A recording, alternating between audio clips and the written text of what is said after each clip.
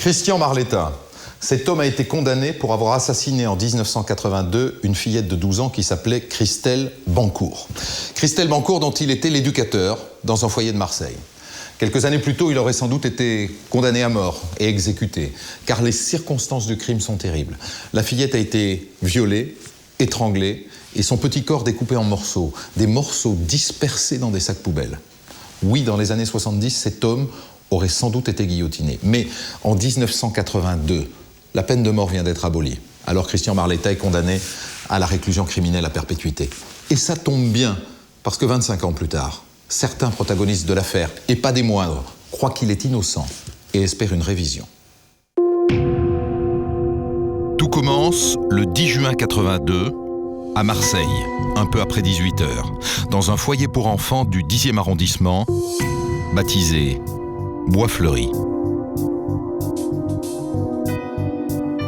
Christelle Bancourt et sa sœur jumelle Chantal vivent dans ce foyer depuis 2 ans. Elles ont toutes les deux 12 ans. Christelle vient de rentrer de l'école, il est environ 18h20. Son éducatrice lui dit de se dépêcher car elle a rendez-vous chez le dentiste à 6h30. Sa sœur Chantal veut l'accompagner, mais l'éducatrice refuse et Christelle part toute seule. Le cabinet dentaire n'est pas loin, 400 mètres à peine du foyer. Quelques minutes à pied. Mais à 20h, Christelle n'est toujours pas rentrée. Au foyer, on s'inquiète, d'autant que vérification faite, elle n'est jamais allée chez le dentiste. Son éducatrice fait le tour du quartier, en vain. À 22h10, les responsables du foyer alertent la police. Les disparitions d'enfants, si on ne les retrouve pas dans les 24 heures, c'est vite problématique. Là, le point particulier, c'est qu'il s'agit d'une très jeune enfant, puisqu'elle a 12 ans, qu'elle est décrite comme quelqu'un de plutôt timide et tout à fait improbable dans une fugue volontaire, j'allais dire, dans une fugue spontanée. Et enfin qu'elle n'avait aucune raison particulière de s'éloigner du foyer le jour où elle a disparu. Des policiers patrouillent pendant la nuit autour du foyer, mais rien. Pas de traces de Christelle. Le lendemain matin, toujours rien. Ça fait 15 heures que Christelle a disparu. Les policiers de la brigade des mineurs sont de plus en plus inquiets.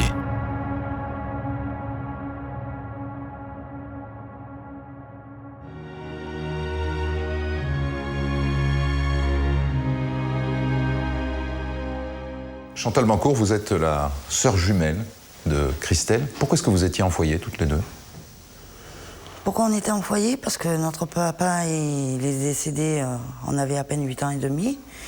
Et comme on était 5 enfants, donc ça faisait trop pour ma maman, alors elle nous a placés toutes les deux. On a compris qu'on était abandonnés toutes les deux et je lui ai dit que je serais toujours là pour elle et vice-versa, quoi. Ça veut dire que vous entendiez vachement bien? Ah oui. Très soudés? Très soudés, oui. Comment est-ce que vous apprenez sa disparition? On vous le dit? Vous le découvrez par vous-même? Non, je le découvre par moi-même, puisque tous les soirs, on doit se dire au revoir. Il n'y a pas une seule soirée où on ne se dit pas bonne nuit. Et ce soir-là, elle n'était pas rentrée. Je sens qu'il y a quelque chose qui ne va pas, quoi. Vous vous demandez où elle peut être à ce moment-là? Vous avez une piste? Vous avez... Non, je me demande si elle est bien rentrée du dentiste, comment ça s'est passé. Et finalement, c'est là que, en descendant les marches des escaliers, j'entends une conversation louche et je comprends qu'elle n'est toujours pas rentrée. Qu'est-ce qu'elle dit, cette conversation? C'est une conversation entre qui et qui? Je pense que ça doit être la police et la directrice. Et j'entends qu'elle n'était pas rentrée, qu'elle avait rendez-vous à telle heure, ils ont cherché de partout. Et là, j'ai posé des questions et on m'a dit ça ne te regarde pas, remonte te coucher. Est-ce qu'elle aurait pu s'enfuir, peut-être pour rentrer chez votre maman toute seule? Non. Elle était trop peureuse, trop craintif. Non, on ne serait pas parti. Les policiers, eux aussi, ont la quasi-certitude que Christelle n'a pas fugué. Restent 2 hypothèses. L'accident ou l'enlèvement. On lance le dispositif habituel de recherche par cercle de plus en plus éloigné de la résidence, les voisins, les rues, les autobus, les hôpitaux. Enfin, on décline classiquement les méthodes d'investigation. On fait appel à des chiens policiers pour essayer de retrouver. On sollicite également les fonctionnaires de police en tenue, je dirais, donc les gardiens de la paix. Et nous essayons de partir un peu dans les sens, dans les endroits où elle aurait pu se rendre.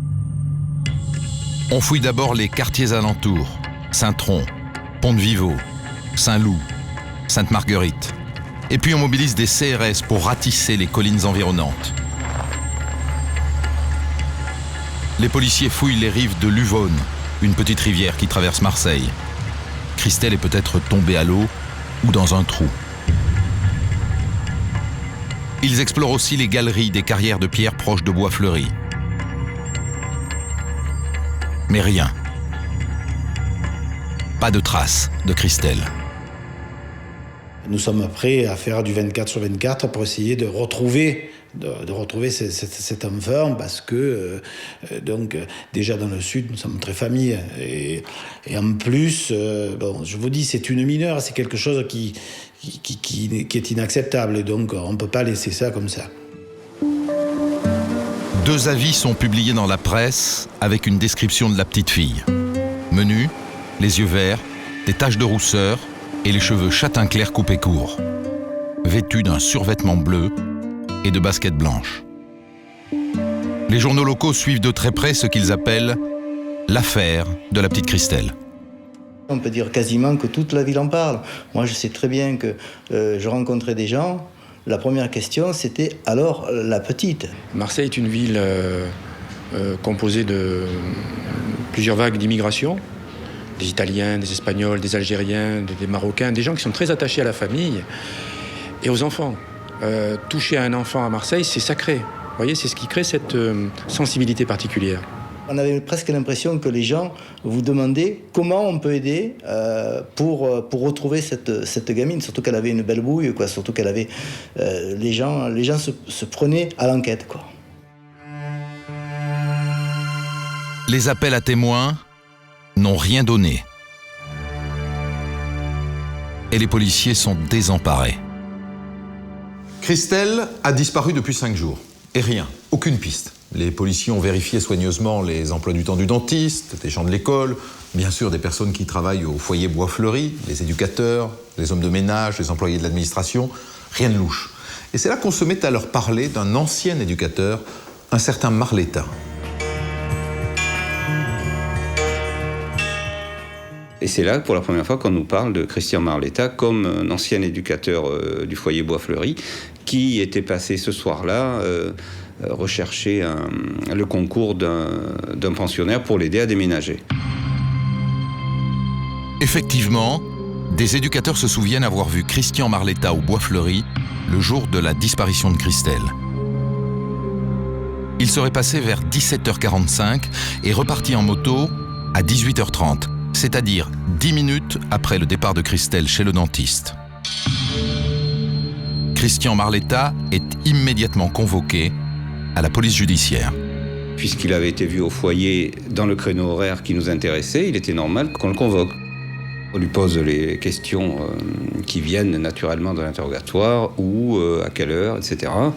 Et on s'aperçoit que dans ses explications, il y a un petit flottement au niveau du groupe horaire qui était quand même déterminant. Il y a un doute qui subsiste, c'est pas très clair, son audition n'est pas très claire.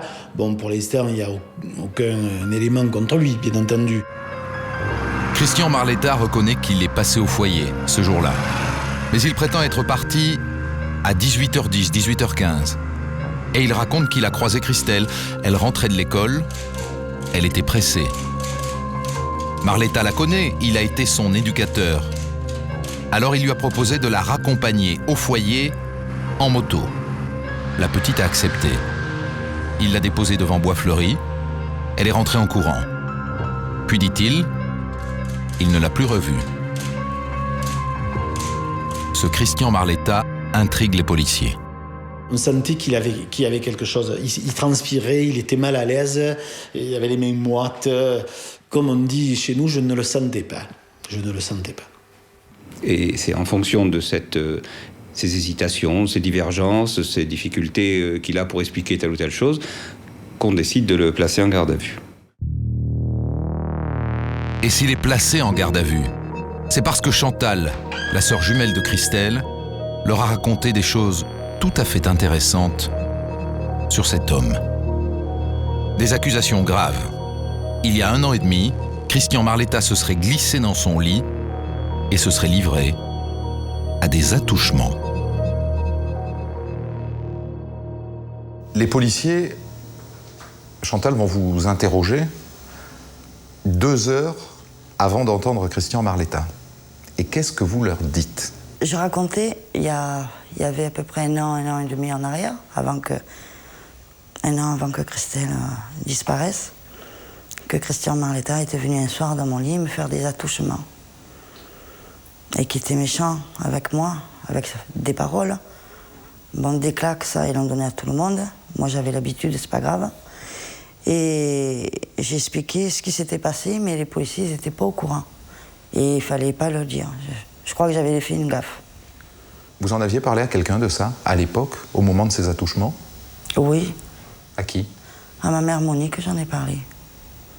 Qui m'a pas cru d'ailleurs, qui m'a giflé aussi. Et j'en ai parlé aussi aux éducateurs et aux éducatrices le soir même. Bon, ils m'ont envoyé à l'école et ils m'ont dit, le soir, quand tu rentres, on verra ce qui s'est passé.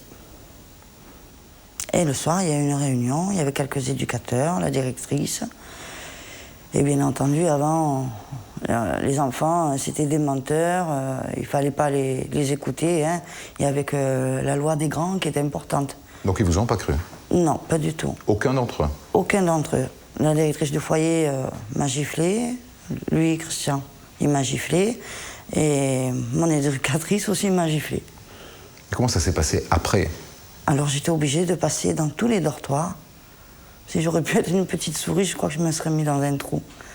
Et être obligée de passer, de regarder tout le monde et dire que j'avais menti, alors que c'était pas vrai. Les relations avec Christian Marletta, après cet épisode-là, ça a été comment? Ça a été très froid. D'ailleurs, je me mettais plus... il se mettait sur une chaise et écartait les jambes pour qu'on se mette dessus la chaise pour nous coiffer. Moi, c'était fini, je le faisais plus. Je faisais plus confiance, plus de sourire. Christelle en avait très peur, alors il arrivait à l'amadouer. Moi, je lui disais, ne te fais pas coiffer par lui, mais bon, je pourrais pas tout faire non plus. Hein. J'étais qu'un enfant. Hein.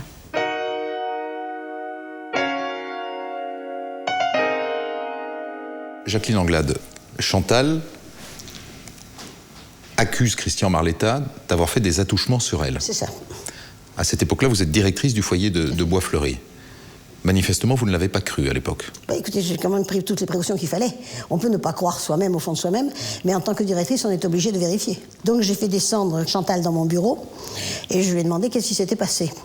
Alors elle m'a dit qu'un soir, Christian était rentré dans sa chambre et avait fait des attouchements sur elle. Et je lui ai demandé quel genre d'attouchement. Elle m'a dit, c'est pas difficile, vous n'avez qu'à appeler Stéphanie. Et Stéphanie est dans ma chambre, elle vous le certifiera. Donc je fais descendre la petite Stéphanie. Et Stéphanie dit, qu'est-ce que tu veux? Alors Chantal dit, et Stéphanie la regarde ahurie et dit, mais tu m'as jamais parlé de ça, tu m'as jamais réveillée, tu m'en as jamais parlé, qu'est-ce qui te prend? Alors là, je vous dirais que j'ai une réaction plutôt de mère de famille. Je me suis levée, je lui ai flanqué une gifle. Et je lui ai dit, pourquoi tu as menti? Alors elle dit, j'ai dit, maintenant tu vas faire le tour de tout le foyer, c'est-à-dire des 9 appartements, et tu vas dire que tu as donné de la diffamation sur Christian et que ça n'est pas, qu'il ne t'avait rien fait. Donc pour vous, c'est une affabulation, clairement? C'était une affabulation, mais il fallait encore continuer. Donc quand Christian et sa femme sont rentrés de congé, puisqu'elle était aussi éducatrice chez moi, je l'ai laissé venir dans mon bureau, mais la porte ouverte, car je voulais que tout le monde entende. Et j'ai dit, voilà Christian, pendant votre absence, il s'est passé ça et ça. Alors il réfléchit tout, et il dit, attendez, je l'ai puni un soir, faites-la venir. Donc on a fait venir la petite, et il lui dit, mais de quoi tu parles? Tu parles du soir où je t'ai puni? Alors elle répond pas. Alors il lui dit, un soir je t'ai envoyé coucher, mais je t'ai puni, mais je t'ai porté une assiette de soupe. Elle répond, je voulais me venger parce que c'était pas suffisant. Donc pour la directrice du foyer, Chantal fabule. Marletta n'a pas abusé d'elle. Et si elle raconte cette histoire, c'est pour se venger de son éducateur qui vient juste de la punir. À l'époque, il n'y a pas eu de suite judiciaire. Mais cette histoire devient bougrement intéressante aujourd'hui, alors que Christelle a disparu depuis 6 jours. Désormais, Marletta est le suspect numéro 1. Et ça n'échappe pas aux journalistes marseillais qui ont leurs entrées à l'hôtel de police de Marseille, baptisé l'évêché. À l'époque, je ne vais pas vous mentir, on était vraiment... on rentrait dans l'évêché un petit peu comme chez nous, quoi. Donc, oui, on a vu arriver Marletta. Bon, c'est vrai que, vu la façon dont les policiers, passez-moi l'expression, le travaillaient, on pouvait penser que ce témoin était important dans la disparition de la petite fille. Ouais. Marletta, il dit, c'est pas moi, j'y suis pour rien. Bien entendu, j'ai travaillé avec Chantal, avec Christelle, je les connais, c'était ma place. Je suis un éducateur sans reproche. Et je suis incapable d'avoir fait du mal à un enfant. Le soir tombe sur l'évêché. Christian Marletta va passer sa première nuit de garde à vue. Les interrogatoires se succèdent. Toujours les mêmes questions, toujours les mêmes réponses. Et du côté des policiers, toujours la même conviction. Tout le monde avait le sentiment qu'on avait devant nous l'auteur des faits, mais on avait des difficultés parce qu'on ne trouvait pas la faille pour le mettre en défaut. C'est quelqu'un d'intelligent, quoi. C'est quelqu'un qui essaye de s'en sortir parce qu'il sait qu'il est dans le collimateur, quoi.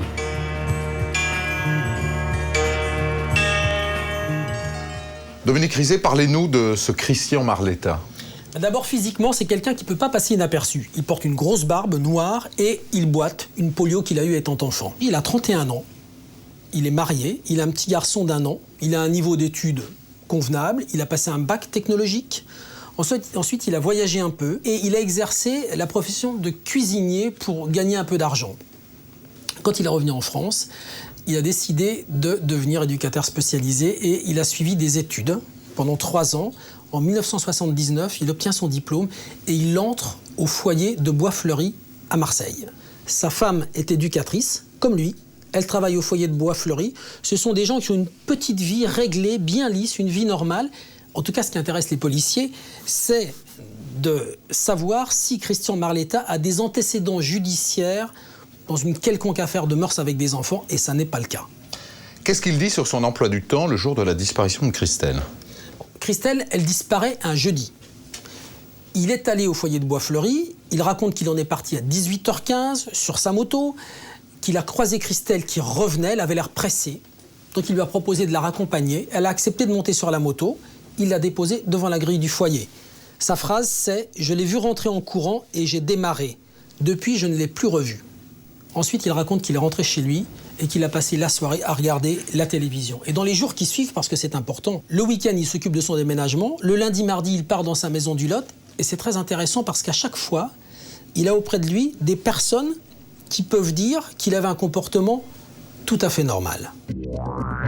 Jeudi 17 juin, 8h du matin, ça fait 1 semaine que Christelle a disparu. Marletta est en garde à vue depuis 15h maintenant.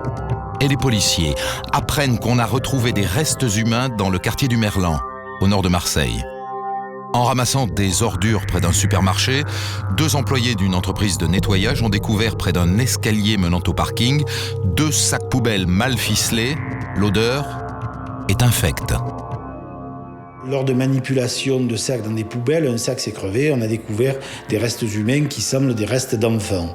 Alors nous partons évidemment tout de suite sur place, essayer de voir ce qui se passe. On voit tout de suite qu'il s'agit d'une fille de race blanche, petite, jeune, en tout cas pubère, pas formée, qui a été mutilée de façon absolument atroce.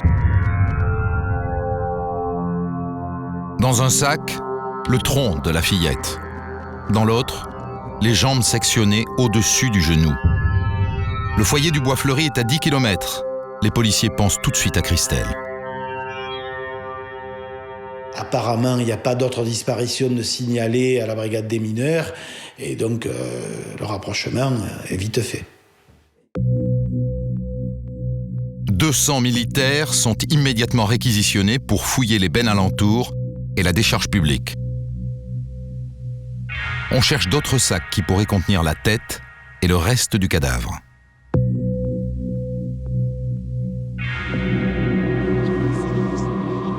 L'autopsie du petit corps supplicié ne permet pas d'identifier formellement la victime, mais elle indique que c'est bien le corps d'une fillette entre 8 et 10 ans. Christelle avait 12 ans, mais elle faisait beaucoup plus jeune. Une gamine morte par asphyxie. Vu l'état du cadavre, difficile de dater précisément la mort. Entre 1 jour et demi et 4 jours, selon les experts. Les morceaux de corps ont été découpés et désossés comme par un spécialiste, un professionnel, un méticuleux. Les experts ajoutent que la victime aurait subi des sévices qui induiraient la thèse du viol par sodomie. En attendant, pour les journalistes marseillais, pas de doute. C'est le corps de Christelle qu'on a retrouvé.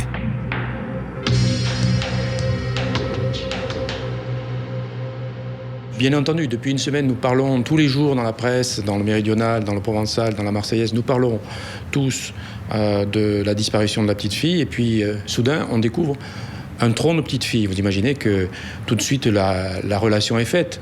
Et tout Marseille va être rapidement au courant. Et l'annonce de la mort de Christelle suscite beaucoup d'émotions dans la population.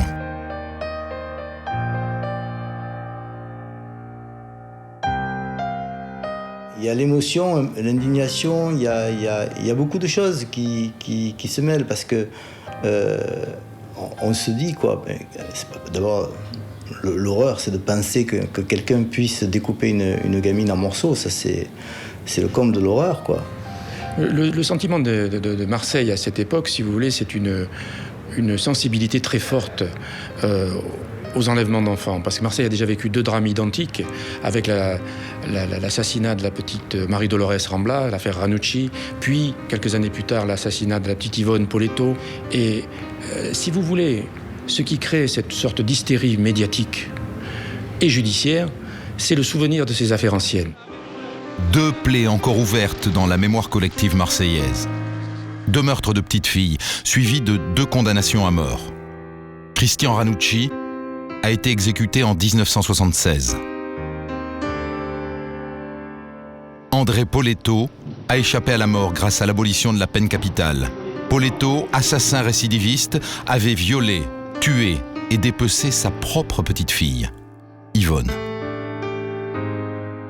Et maintenant, ce 3e meurtre horrible d'une petite fille. Marseille horrifiée se demande si elle n'est pas frappée d'un sort terrible qui l'a condamnée à revivre les faits divers les plus tragiques. À la police judiciaire, la découverte du corps donne un nouvel élan à l'enquête. Chantal, la sœur de Christelle, est à nouveau convoquée à la brigade des mineurs. Ça, c'est un truc qui m'a marqué. Je suis moi-même jumeau. Et je tenais la petite gamine par la main. Elle me disait « Tu vas me retrouver ma sœur ?» Et sachant que je l'avais retrouvée, mais dans quel état, et être obligé de dire oui et de sourire, c'est quelque chose qui marque. Ça marque profondément. Et donc, oui, on n'est pas préparé à ça. Christian Marletta, toujours en garde à vue, continue de dire qu'il n'y est pour rien. Mais les policiers sont certains du contraire. 2 inspecteurs vont perquisitionner son appartement au cœur du vieux Marseille. Mais ils font chou blanc. Les interrogatoires reprennent. Marletta reste imperturbable. On développe toujours les mêmes questions, les mêmes questionnements, et pourquoi, et où, etc. Et on est toujours devant cette personne qui reste comme son physique, là, très costaud dans ses réponses, et qui lâche rien, quoi. Donc plus on avance de la fin, plus on vacille, nous, sur nos certitudes aussi, puisque une présomption de culpabilité vaut rien tant qu'il n'y a pas d'éléments qui l'étayent. Au fil des interrogatoires, Christian Marletta raconte la même histoire. Il a croisé Christelle, il l'a ramenée à Bois-Fleuri sur sa moto, et rien d'autre. Deuxième nuit de garde à vue, rien de neuf. À l'aube du vendredi 18 juin, cela fait 38 heures qu'il subit le feu roulant des questions. Les policiers n'ont plus que 10 heures pour le faire craquer. On ne sait plus quoi faire et j'ai personnellement alors une idée. Je ne sais pas si c'était la bonne au départ, j'en parle avec M. Guénassia qui est d'accord. C'est de mettre cette personne, Christian Marletta, devant le cadavre. Devant le cadavre parce que je me dis, si il y est pour rien, il n'y aura pas la même réaction que s'il y a quelque chose qui s'est vraiment passé. Alors, à 7h30 du matin, l'inspecteur Marininki et un de ses collègues emmènent Christian Marletta en voiture, direction la morgue. Et là, ils se font ouvrir l'armoire réfrigérée où sont conservés les morceaux du cadavre de Christelle. Je revois encore le petit corps sur la paillasse dans un sac en plastique. Et quand on ouvre le sac en plastique blanc, c'était horrible. Et là, Marletta a carrément changé de tête et a chancelé. On le tenait, sinon il s'écroule. Et il a dit « Qu'est-ce que vous m'avez fait ?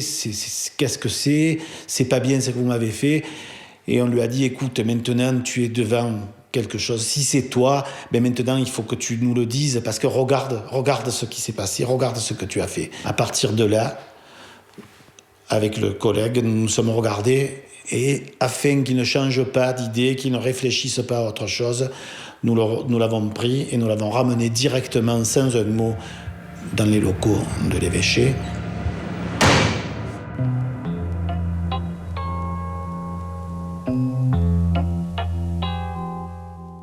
Louis Bartholomé, vous êtes le premier substitut du procureur de Marseille. À l'époque, c'est vous qui allez diriger toute cette enquête.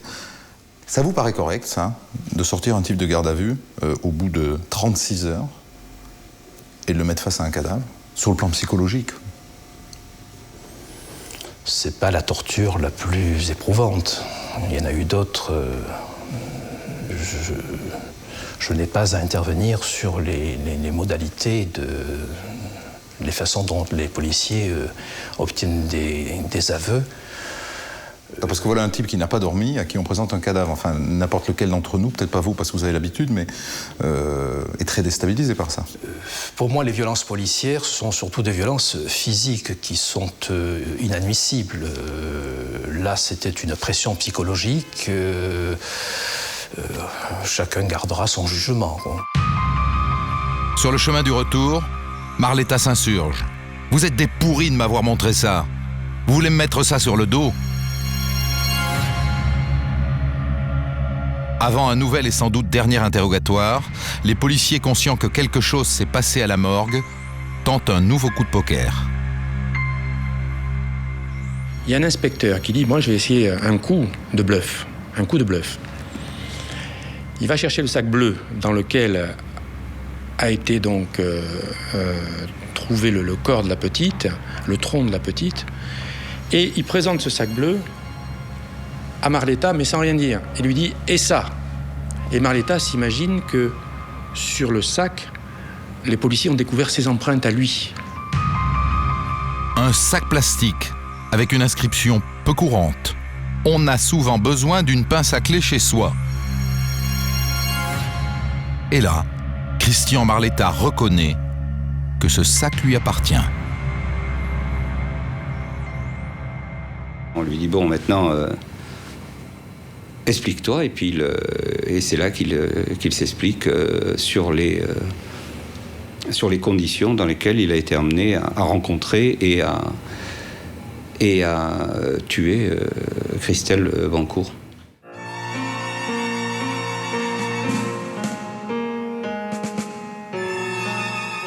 Christian Marletta vient d'avouer, après presque 2 jours de garde à vue. C'est lui qui a tué Christelle Bancourt.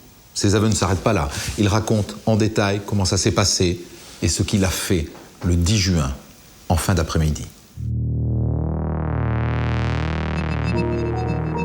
Marletta raconte que le 10 juin, il quitte le foyer Bois-Fleuri vers 18h15 et croise Christelle qui rentre de l'école. Il la ramène sur sa moto. Mais ce qu'il n'avait pas encore dit aux policiers, c'est qu'il repasse dans le quartier quelques minutes plus tard et qu'il la croise à nouveau alors qu'elle va chez le dentiste. Il lui propose de monter sur sa moto. Donc il l'a emmené sur sa moto. Ils ont fait un tour dans le quartier. À un moment, il est passé sur un obstacle. Christelle est tombée. Christelle est étourdie dans sa chute. Elle a mal au dos. Marletta la ramène alors chez lui, dit-il, pour examiner ses blessures. Christelle est sonnée. Il l'assoit sur son lit. Elle le regarde bizarrement. Il est vrai qu'elle ne devrait pas être là. C'est interdit par tous les règlements. Il a regardé, elle parlait pas, il a pris peur et il l'a serré son cou, c'est ce qu'il dit. Hein. Je lui ai serré le cou. Elle est tombée au sol, je me suis penché sur elle et j'ai constaté qu'elle ne respirait plus. Marletta doit maintenant se débarrasser du corps. Il la déshabille, se saisit d'un grand couteau de cuisine et d'un hachoir et commence à découper le cadavre dans sa salle de bain.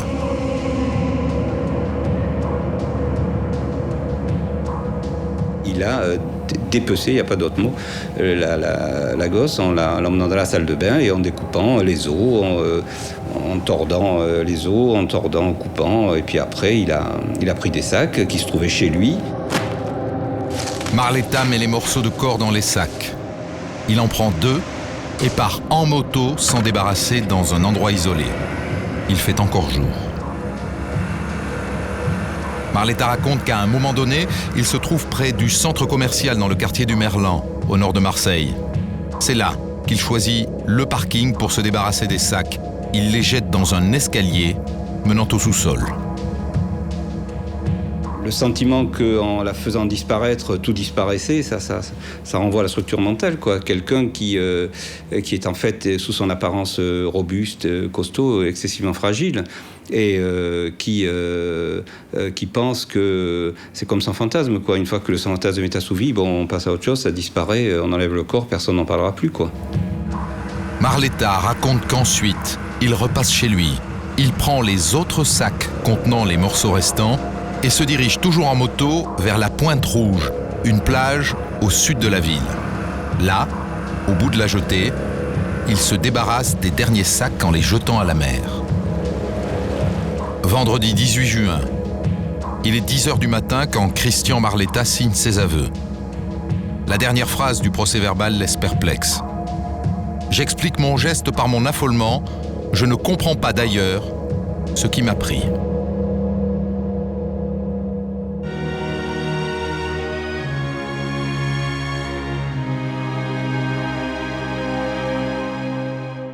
Louis Bartholomé, une fois que Marletta a avoué aux policiers, vous décidez de le voir personnellement, donc vous-même, tout de suite et sur place à la brigade criminelle. Pourquoi ? Compte tenu de la gravité des faits, j'estimais qu'il était de mon devoir de monter en première ligne. On ne peut pas laisser la police, qui avait travaillé pendant 48 heures, sans une double lecture du travail qu'ils avaient fait. Et puis il faut se souvenir également que Marseille était sous pression et il y avait un inconscient collectif très sensible à ce genre d'affaires, quoi. Et je ne voulais pas que dans ce contexte-là, qu'on livre une fausse solution à un réel problème. Au fond, vous souhaitiez qu'il l'avoue à nouveau devant vous, quoi.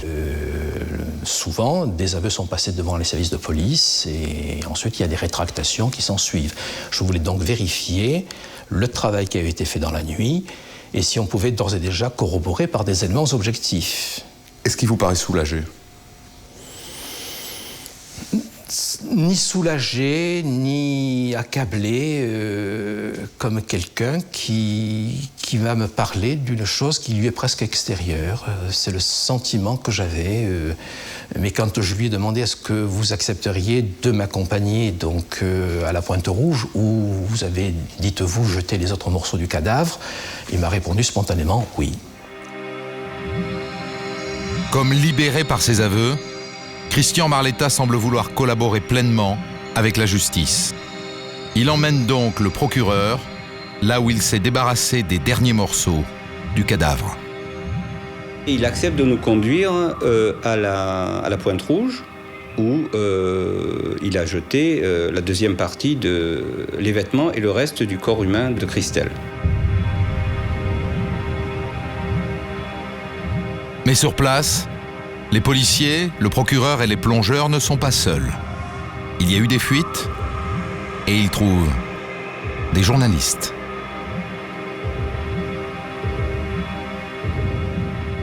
Il n'y a pas que des journalistes, il y a des badauds, il y a des citoyens, il y a des mères de famille, il y a des pères de famille, il y a tout Marseille. On est là avec des bâtons à chercher nous aussi. Alors est-ce qu'on fait un rôle de policier ou un rôle de papa, de maman? Je ne sais pas.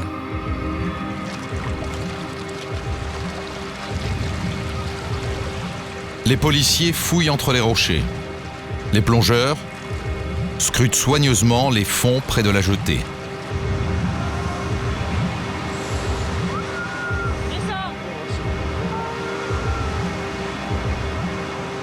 Mais à la fin de la matinée, il faut se résigner. On n'a rien trouvé à la Pointe Rouge. Alors, M. Bartholomy, on ne retrouve pas les restes à la Pointe Rouge. Ça vous fait douter ? Mais je suis retombé à ce moment-là sur mon interrogation. Est-ce que je n'ai pas affaire en face de moi à un mythomane ? Et immédiatement, au bout d'une heure ou deux, ne retrouvant rien, j'ai ordonné qu'on le ramène à l'hôtel de police. Je me suis enfermé à nouveau avec lui, seul à seul. Nous avons rediscuté et je lui ai demandé est-ce que vous accepteriez de m'emmener là où on a découvert le tronc de la petite Christelle. Et il dit oui. Oui. Mais il dit oui, ce qui en quelque sorte est une manière de corroborer ses aveux, quoi, de les concrétiser. Ce qui est encore plus important, c'est pas qu'ils disent oui pour corroborer ses aveux, c'est la façon dont il me conduit personnellement, donc cette fois-ci au supermarché du Merlan, qui est un quartier nord de Marseille. Quand on arrive à proximité, je le fais descendre de la voiture, j'ordonne qu'on le désentrave. Et le policier et moi-même, nous restons à 1 mètre derrière lui. Et c'est Marletta qui, d'un pas, il claudique un tout petit peu, nous conduit devant l'escalier où on avait retrouvé, une semaine auparavant, le cadavre de Christelle. Il faut que vous sachiez, ça me paraît important, que le parking du Merlan, supermarché du Merlan, c'est un immense parking.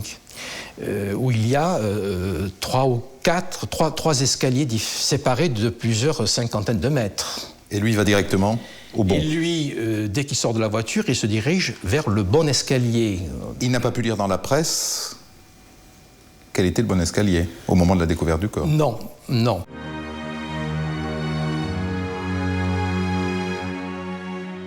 En fin d'après-midi, ce vendredi 18 juin 1982, 8 jours après la disparition de Christelle, Christian Marletta est déféré devant le juge d'instruction et une fois de plus, il réitère ses aveux. Le juge d'instruction l'inculpe donc pour l'assassinat de Christelle. Il est écroué en fin de journée à la prison des Baumettes. Le lendemain des aveux, la presse marseillaise se déchaîne contre Marletta, décrit comme un monstre froid, un dépeceur de petites filles. Même son physique joue contre lui. Sa barbe noire touffue, sa démarche claudiquante. Tout Marseille crie à mort. C'est le cri unanime, mais unanime, quelle que soit la conviction politique des uns ou des autres. Les Marseillais, où que vous alliez, vous aviez les pêcheurs qui parlaient de l'affaire Marletta. Vous aviez les marchands de poissons sur le quai qui parlaient de l'affaire Marletta. Alors elle dit, tu as vu ce salaud, etc. Tu as vu ce qu'il a fait à la gamine, des trucs comme ça. La presse attise les passions. Elle donne la parole aux nostalgiques de la peine de mort. Certains en appellent au lynchage. L'ancien éducateur de Christelle est jugé et condamné par avance. Au Baumette, Christian Marletta est placé à l'isolement. En prison, il ne fait pas bon être tueur d'enfants. Dominique Rizet, quelques jours après son incarcération, Christian Marletta va être vu par des psychologues. Et là, il va revenir sur ses déclarations. Oui, Christophe. Il va être vu en tout 5 fois par différents experts. On se souvient qu'il a avoué devant les policiers, devant le procureur de la République et devant le juge d'instruction. D'accord ? Premier entretien avec un expert, coup de théâtre. Marletta revient sur ses aveux et dit « Les policiers se sont trompés, ils changent radicalement de position. Il dit « J'ai été inculpé sur la foi de coïncidence. » D'accord ? Et là, l'expert note qu'à ce moment-là, Marletta présente une attitude étonnamment détendue, à la limite de la jovialité. Deuxième entretien avec un expert, il maintient cette déclaration. Il n'a pas tué Christelle. Nouveau revirement au cours du 3e entretien. Là, il dit « Ok, j'ai enlevé, j'ai tué Christelle, mais il nie le viol. » Et il s'effondre en pleurs, un court instant, et il dit « Ce qui m'inquiète, c'est que je n'ai pas de remords. » 4e entretien, 5e entretien, il reste sur cette position. Il a tué Christelle, mais il ne l'a pas violée. Dans ces 2 derniers entretiens, il donne toujours cette version. Donc, il l'a tuée, mais il est inquiet parce qu'il n'éprouve toujours pas de remords.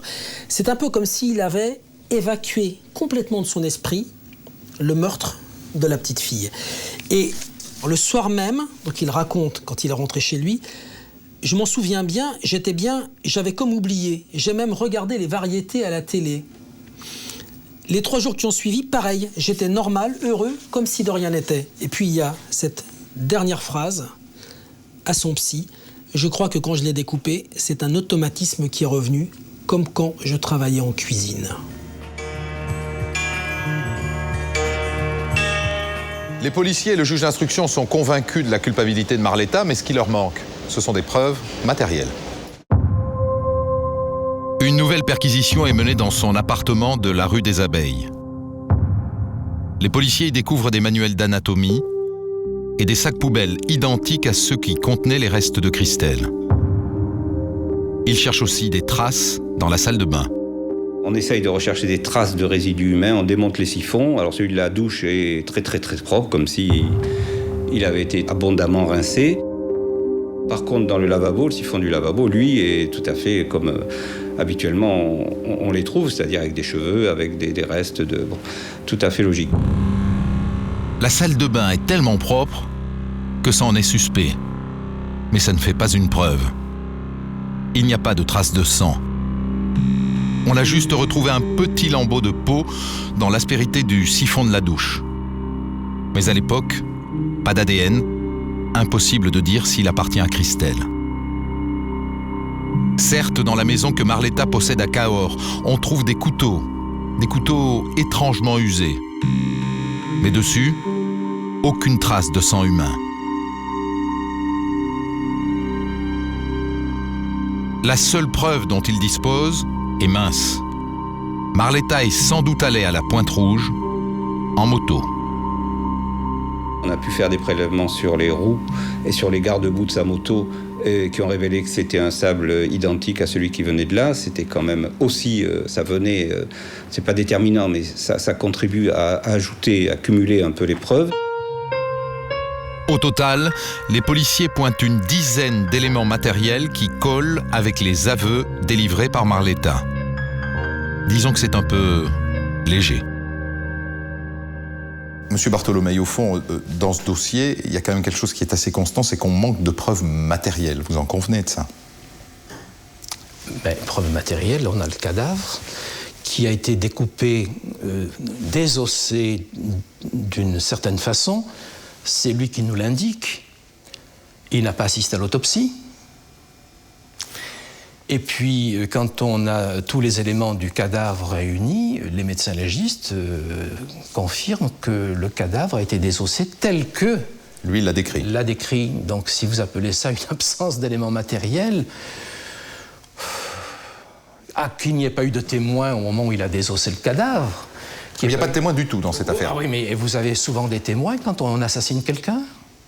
Mais il n'y a pas non plus de témoins qui l'ont vu précisément à tel endroit avec la fillette, l'emmener de tel endroit à tel autre, etc. Oui, non. Il n'y a personne qui l'a croisé sur le chemin du dentiste, etc. Non. Sa présence le jour de l'enlèvement, de la disparition de la petite Christelle, est attestée par de multiples témoins. Mais personne ne l'a vu avec l'enfant. Personne ne l'a vu avec l'enfant. Personne ne l'a vu jeter les sacs poubelles. Personne ne l'avait vu avec les sacs poubelles, oui, bien sûr, oui. Mais c'est faible, c'est une faiblesse pour le dossier, ça, quand même, non? Ou pas? Ah ben, si vous annulez ces aveux réitérés devant la police, devant le magistrat du parquet, devant les 4 psychiatres experts, si vous m'enlevez les 14 points de correspondance entre ces déclarations et les correspondances objectives, si vous m'enlevez tout ça, effectivement, je n'ai plus rien. Mais, par un tour de magie, vous me faites disparaître tout le dossier. Dans les failles du dossier, il y a le fait qu'il ne reconnaît pas le viol de l'enfant. Or, le viol offre un mobile. Le mobile est de violer l'enfant et puis de la tuer pour ne pas qu'elle parle. S'il ne reconnaît pas le viol, alors au fond, il ne reconnaît pas le mobile. C'est une faiblesse, ça, non? Pas du tout. Professionnellement parlant, il m'est arrivé de rencontrer donc des accusés qui, même en cour d'assises, donc avouaient avoir étranglé de façon horrible une jeune victime, sans se rendre compte de l'horreur de leur déclaration, et qui maintenaient, mordicus, avoir jamais donc commis un sévice sexuel. Là, il y a un mécanisme qui s'appelle, que les psychiatres expliqueront mieux que moi, qui s'appelle le déni de réalité, quoi. C'est quelque chose de classique pour moi de devoir nier le sévice sexuel.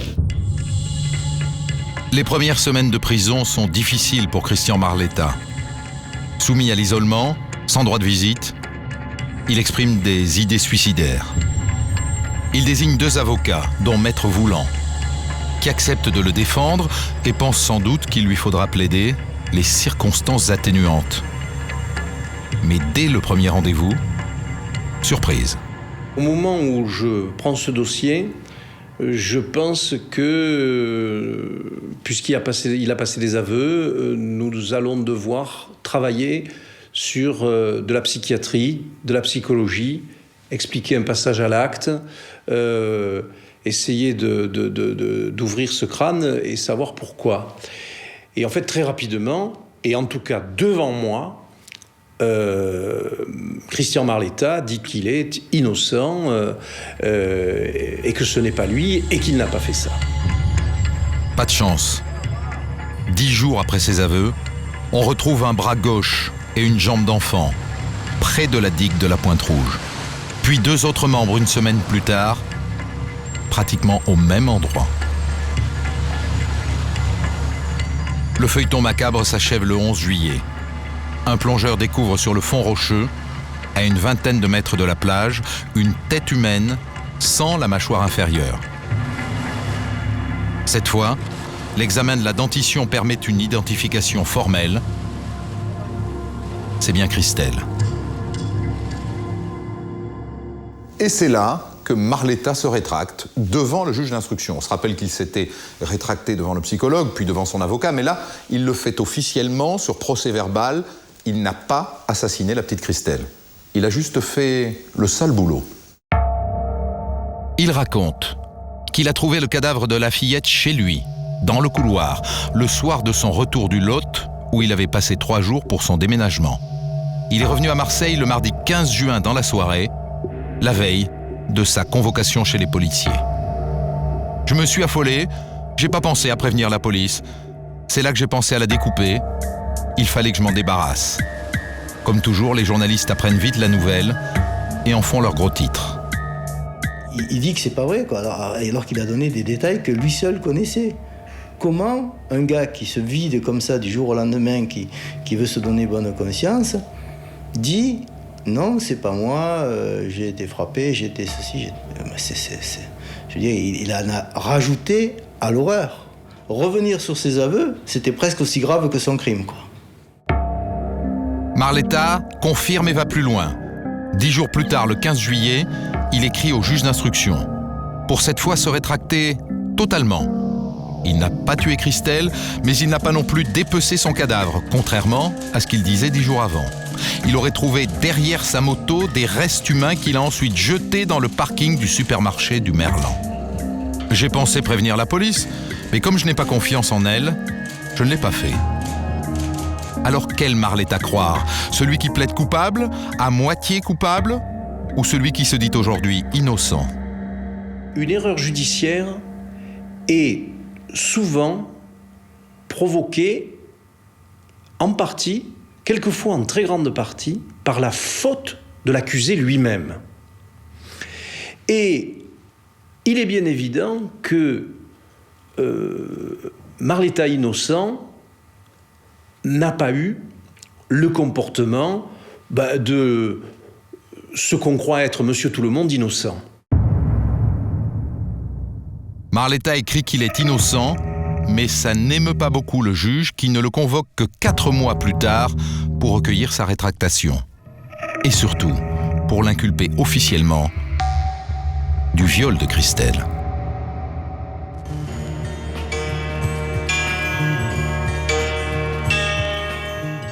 Monsieur Bartholomei, lorsque Marletta se rétracte, vous êtes troublé par ses rétractations ou pas du tout? Pas du tout.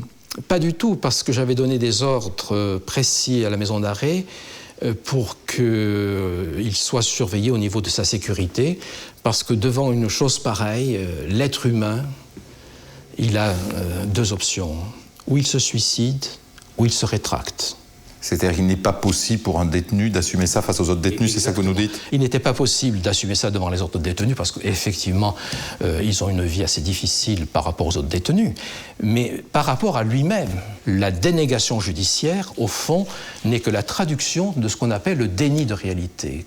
Donc là aussi, ces rétractations, je les attendais. J'attendais même son suicide. C'est pour ça que j'avais donné des instructions très précises pour qu'on double quand même la surveillance de Marletta.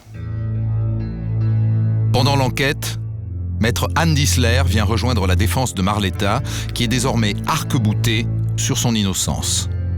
Quand il a été entendu par le magistrat instructeur, il est immédiatement revenu sur ses déclarations, mais c'était trop tard et en droit français, enfin je veux dire surtout en jurisprudence française, l'aveu c'est un peu la reine des preuves et à partir d'un aveu, il est très très difficile de remonter le courant et le fil d'un dossier. En octobre 83, cela fait un peu plus d'1 an que Christian Marletta est en prison. Lors d'une nouvelle expertise psychiatrique, il apporte une touche finale à sa version des faits. Il explique maintenant qu'un coup de téléphone anonyme est à l'origine de tous ses problèmes. Un appel reçu à son domicile marseillais le lendemain matin de son retour de Cahors. Une menace, un coup de fil anonyme qui lui a dit si vous ne vous débarrassez pas de ce qui est contenu dans un sac sur votre moto, votre femme et votre fille auront de graves ennuis. Marletta dit avoir pris cette menace au sérieux. Il a eu peur pour sa femme et son fils. Il a donc décidé de se débarrasser de cet encombrant colis sans avertir la police, puisqu'il n'avait pas confiance en elle. Il part avec les sacs, décide au hasard de les jeter sur un parking de supermarché, avant d'aller à la Pointe Rouge pour, dit-il, réfléchir à ce qui venait de lui arriver. S'il a ensuite avoué le crime, c'est parce qu'il n'en pouvait plus de sa garde à vue. Les avocats de Christian Marletta savent que leur client a tout contre lui. Et pourtant, à partir de ce moment-là, convaincus que leur client est innocent, ils vont exploiter toutes les zones d'ombre de ce dossier. Les avocats de Marletta veulent démontrer que le dossier est bourré d'incohérences, notamment dans la chronologie des faits. Il y a des choses qui ne collent pas. Le juge n'a pas organisé de reconstitution. Les trajets, les alibis, les horaires, les déplacements de chacun, tout ça reste flou. Et ce qui est troublant, c'est que de bout en bout, il n'y a pas de témoin.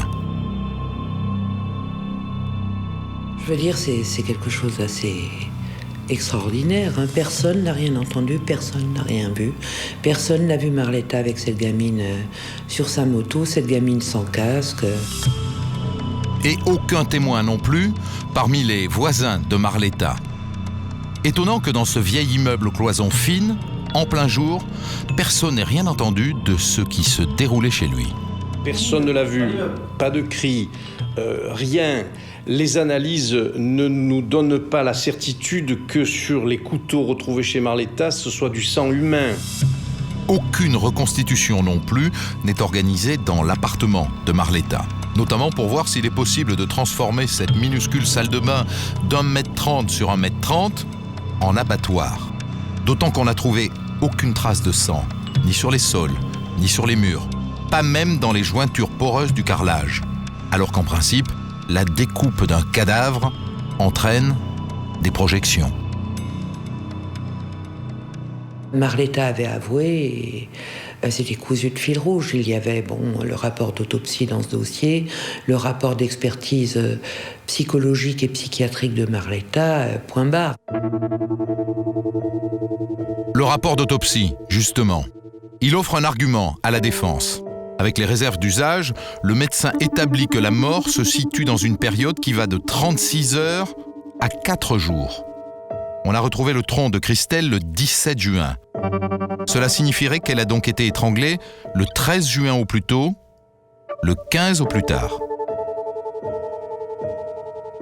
Et ça voudrait dire que Marletta n'est pas l'assassin. Du 13 au 15, il est dans le Lot pour emménager dans sa nouvelle maison. Et beaucoup de monde l'a vu. Son père qui l'accompagne, bien sûr, mais aussi le notaire, l'agent immobilier, des villageois. Si elle est morte le 10, ça peut être Marletta. Si elle est morte le 13, ça ne peut plus être Marletta. Donc il y avait là, sur des points très forts, des zones de doute intenses. Enfin reste à résoudre un mystère, celui de la Pointe Rouge. Le vendredi 18 juin, quelques heures après ses aveux, Christian Marletta emmène magistrats et policiers sur le lieu où il dit avoir jeté le reste des morceaux de cadavres. Et à ce moment-là, on ne trouve rien, on ne découvre rien, il n'y a rien. Et dans cet instant-là, je ne crois pas que Marletta soit une espèce de Machiavel qui monte un coup à décharge, on va dire. Je crois pas.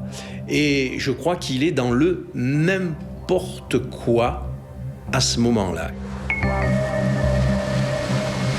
Mais le problème pour Marletta, c'est que c'est là, à la Pointe Rouge, qu'on va retrouver les morceaux manquants. Pour l'accusation comme pour l'opinion, l'explication est assez simple.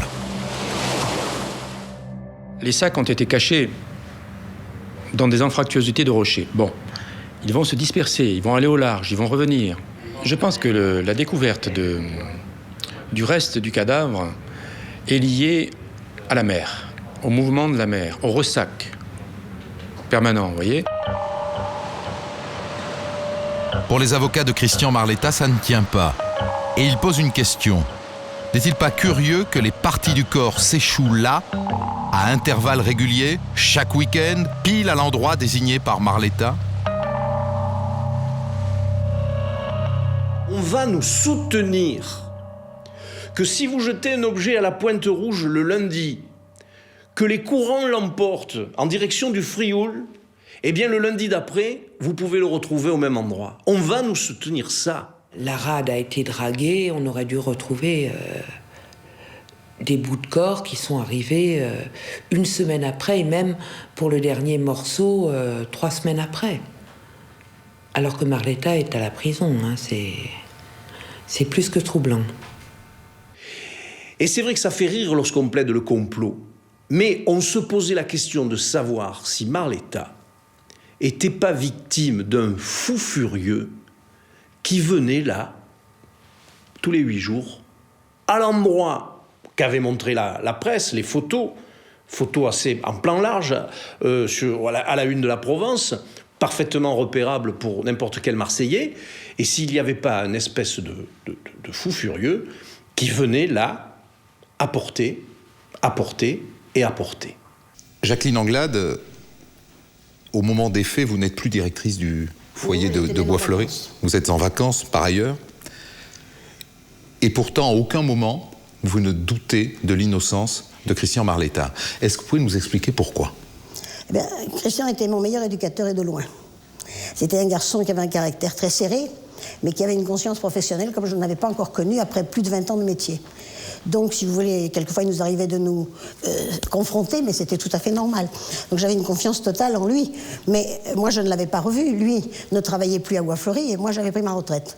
Donc, on ne s'était pas revus. Mais je me disais, si Christian avait fait une chose pareille, vu l'amour qu'il porte à sa femme et à son fils, il va se tuer. Et au bout de 15 jours, il ne s'était pas tué. Et j'ai dit, ma conviction est profonde, il ne l'a pas faite. Lorsqu'il a avoué, néanmoins... Vous savez dans quelles conditions il a avoué? Vous savez dans quelles conditions Christian a avoué? Je crois que personne ne l'a jamais dit. Vous savez ce que fait la justice, quelquefois, ou les policiers? Ce garçon avait eu la poliomyélite. Il avait donc une jambe qui était atrophiée. On l'a déshabillé, on l'a attaché à un radiateur, et on lui a tapé sur la tête avec un bottin.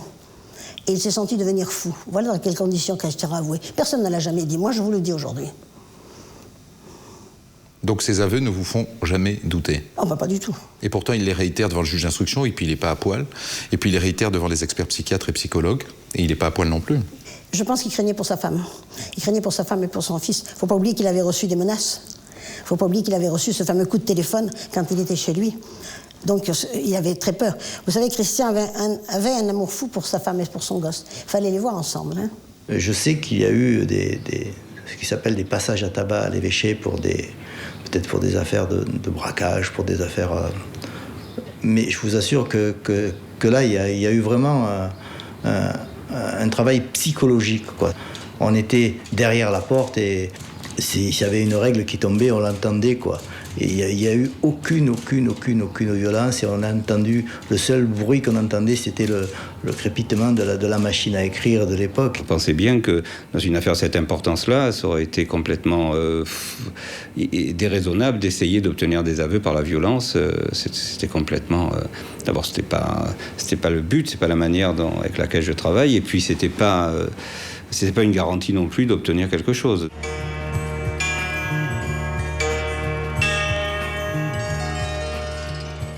Au fond, pour vous, à l'issue de votre réquisitoire définitif, c'est un dossier sérieux qui part aux assises. Solide.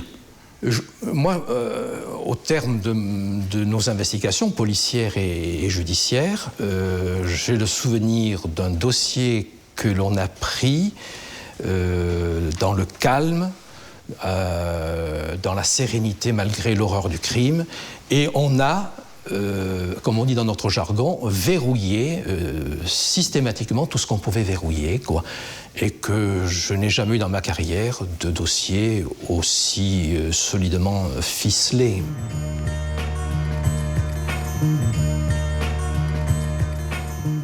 Trois ans après les faits, avec un dossier d'instruction plutôt bien ficelé, Christian Marletta comparaît devant la cour d'assises d'Aix-en-Provence pour homicide volontaire et viol sur mineur de moins de 15 ans.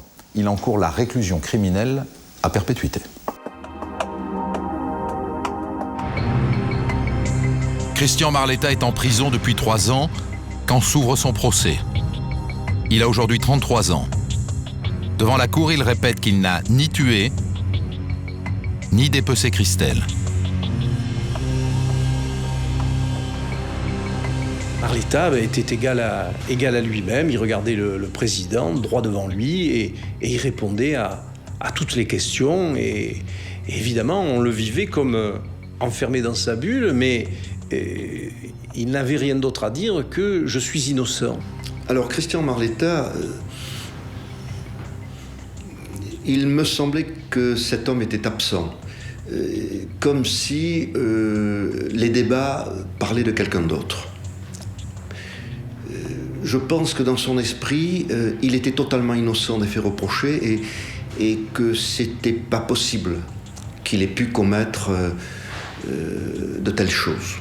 À un moment donné, on le sentait partir pour faire quelque chose, pour dire quelque chose, et puis hop, subitement, il était ramené à lui-même, donc, et il restait calme. Les experts psychiatres estiment que Marletta est accessible à une sanction pénale. Il est même décrit comme pourvu d'une intelligence très au-dessus de la moyenne.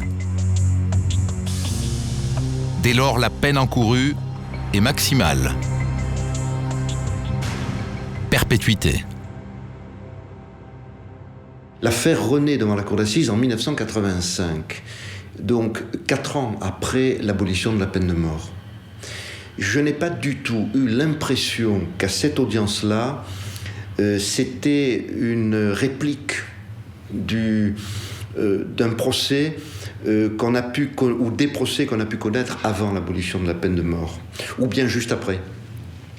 On jugeait quelqu'un dont on savait pertinemment que s'il était coupable, la sanction applicable était la perpétuité. Je peux dire que la disparition de la peine de mort a totalement changé l'ambiance. J'étais très inquiet et là, surprise, pas un mot, pas un crachat, des regards hostiles bien sûr. Ça s'est passé, je dirais, normalement, il n'y a pas eu d'incident. De nombreux témoins viennent dire du bien de l'accusé, sa famille, ses amis, mais aussi de nombreux collègues éducateurs. Ils décrivent un homme certes à poigne, autoritaire, mais irréprochable, incapable de violer, d'étrangler, puis de dépecer une petite fille. Et les attouchements sur Chantal, demande le président. Des fantasmes, martèle l'ancienne directrice de Bois-Fleuri. Ces dépositions renforcent l'image d'un Marletta bon père et bon éducateur, mais elles n'apportent rien sur les faits eux-mêmes. Sur ces faits, Marletta tente d'argumenter. Il est victime d'un piège, un piège tendu par le meurtrier qui lui a donné ce coup de fil anonyme. Celui qui lui aurait ordonné de se débarrasser des sacs contenant des morceaux du cadavre. Celui qui a ensuite jeté les restes de corps à la Pointe Rouge. Mais vos aveux alors ? Rétorque l'avocat général. Pourquoi avoir avoué le crime et le dépeçage ? Pourquoi avoir désigné la Pointe Rouge ? Marletta n'a qu'une seule chose à dire. Je me suis accusé parce que je n'en pouvais plus, je ne savais plus ce que je faisais. Les arguments ont du mal à convaincre. Je n'ai pas le souvenir que dans cette cour d'assises, on a voulu s'acharner sur Christian Marletta. J'ai le sentiment que on a eu du mal à croire les quelques versions successives et postérieures aux aveux, qui se sont succédées, mais qui ont toutes donné des versions différentes. Et des versions qui étaient extrêmement difficiles à cerner. Lorsque vous trouvez un cadavre dans le couloir de votre immeuble, même si c'est une petite fille, et dont vous êtes l'éducateur, vous ne la découpez pas en morceaux. Des aveux réitérés, ça paraît invraisemblable. Chacun se dit, mais moi, ils peuvent me garder 50 jours en garde à vue dans une geôle au pain sec, je n'avouerai jamais la mort d'un enfant. C'est ce que tout le monde pense. Et pourtant, on a vu des gens avouer des choses moins terribles que ça, ou des choses aussi terribles. Voilà. Mais là, c'était un aveu réitéré. Et Louis Bartholomei pouvait dire à juste titre, cet homme n'a pas été frappé. À partir de là, il faut des concours de circonstances exceptionnels. Il faut, à partir de cet instant-là, prouver l'innocence. Il faut prouver l'innocence. Prouver l'innocence, c'est mission impossible. Mais on peut au moins plaider le bénéfice du doute, se disent les avocats, en s'interrogeant par exemple sur la fragilité du mobile avancé par l'accusation, le viol de la fillette. L'expert à la barre a eu l'honnêteté de dire que la preuve totale et absolue d'un forçage par sodomie, on ne pouvait pas le dire comme ça, que scientifiquement, ce n'était pas exact. Si bien que les magistrats proches du dossier, en réfléchissant hors dossier, et puis des journalistes, ont pu penser à un moment que Marletta serait acquittée pour le viol. Ça paraissait difficile parce que Marletta acquittée pour le viol, on n'avait plus de mobile. Mais un témoignage pèse lourd, celui de Chantal, la sœur jumelle de Christelle. La fillette est désormais une adolescente de 15 ans. Pour son audition, le président ordonne le huis clos. Chantal Bancour, vous témoignez au procès en assises de Christian Marletta pour l'assassinat de votre sœur. C'est un procès à huis clos. Oui. Vous revoyez Christian Marletta, il est là dans le box? Oui. Comment ça se passe, ce face-à-face avec lui?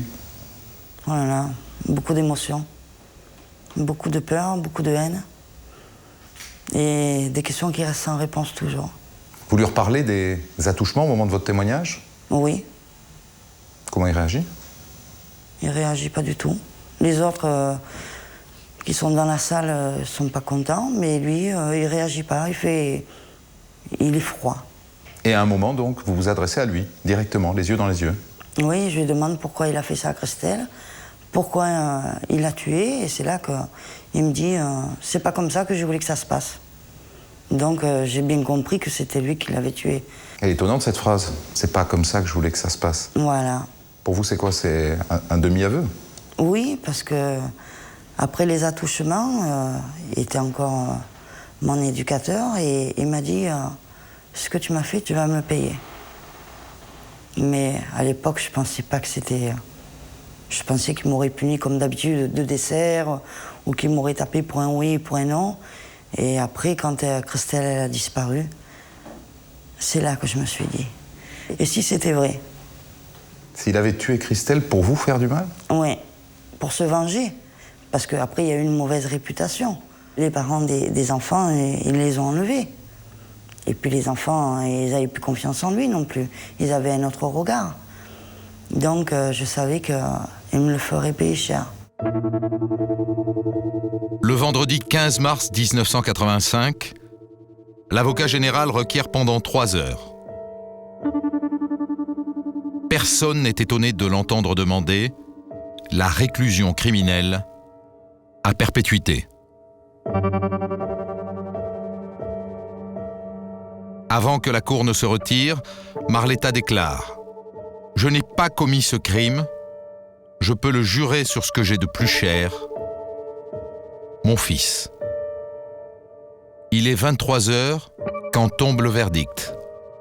La prison à vie pour Christian Marletta. Il se contentait de hocher la tête en disant « ce n'est pas moi ». Prostré, je pense qu'il était prêt. Il a dû regarder une dernière fois les gens qui croyaient en lui et qui l'ont soutenu. Il a regardé son père, il nous a serré les mains, il nous a dit merci.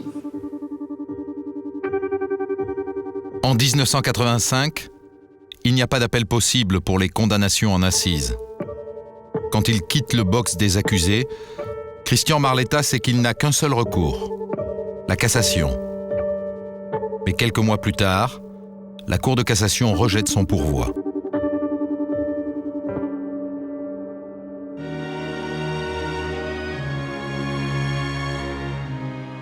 Quelle est votre réaction, Chantal, au moment du verdict? Il est condamné. Il est condamné, je suis contente qu'il est condamné, mais je suis effondrée. Mon avocat me dit il a pris à perpète et il sortira plus de prison. Oui, je suis très contente, mais en même temps, j'aurais préféré même à la limite qu'il n'aille pas en prison et que Christelle soit là, quoi. Parce que ce qui va en prison, c'est bien beau, mais il est toujours vivant et moi, j'ai plus Christelle. Vous pensez que c'est plus dur parce que c'était votre jumelle encore? Oui. Il y a une partie de mon cœur qui est morte. Hein. Elle était tout pour moi.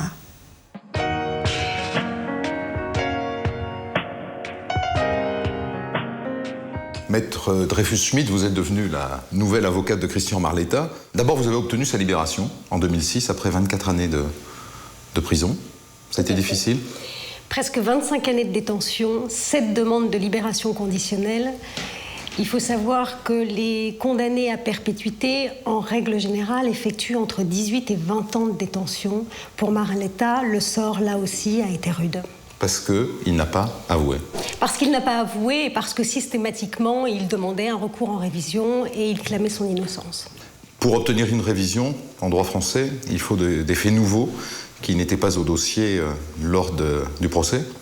Est-ce que vous avez des pistes ou des faits nouveaux? Il est peut-être un peu prématuré aujourd'hui de vous dire les éléments nouveaux proprement dit que nous exploiterons, mais en tout cas, le dossier recèle un certain nombre d'éléments qui vont pouvoir être utilisés et réutilisés avec une autre façon d'envisager les choses. Si on reprend ce qui a pesé lourd quand même dans son procès, ses aveux, la désignation qu'il a faite du lieu où on a retrouvé le tronc de la petite fille de manière très précise, alors qu'il n'était pas censé savoir où on avait retrouvé ce corps, comment est-ce que vous pouvez contrer ces arguments de poids? Il y a un élément déterminant dans cette affaire, c'est que, au moment où les policiers s'aperçoivent qu'ils n'ont rien, ils vont retourner au foyer, voir le directeur de l'époque et dire on reprend à zéro l'enquête, on va fouiller l'établissement, ce qu'ils n'ont pas fait depuis le départ, et on va en réentendre tout le monde. Et là, il se passe une chose extrêmement étonnante, c'est qu'à partir de ce moment-là, spontanément, quelques heures après, le directeur du foyer ira voir la police et dira « j'ai des révélations à vous faire ». Et il dira quoi? On a discuté avec les éducateurs. On s'est souvenu que Marletta est venue le jour de la disparition de l'enfant. Et il dira même, il appuiera son audition sur un mensonge, Marletta a quitté Bois-Fleuri parce qu'il était accusé par la petite Chantal Bancourt, sœur jumelle de Christelle, d'avoir pratiqué des agissements sexuels sur elle.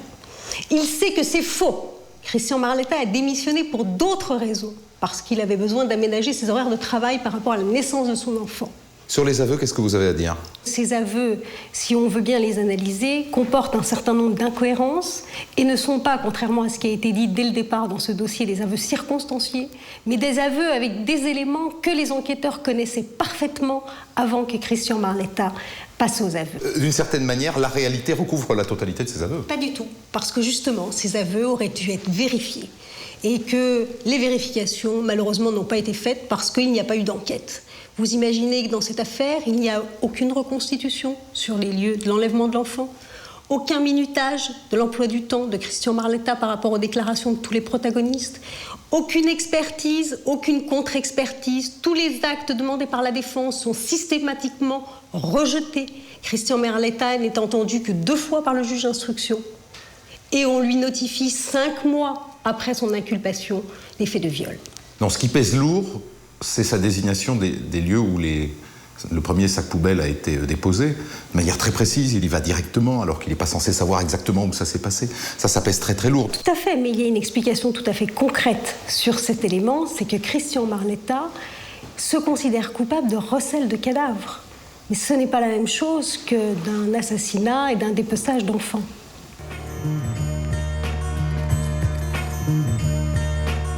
Sorti de prison en 2006, Christian Marletta a retrouvé du travail.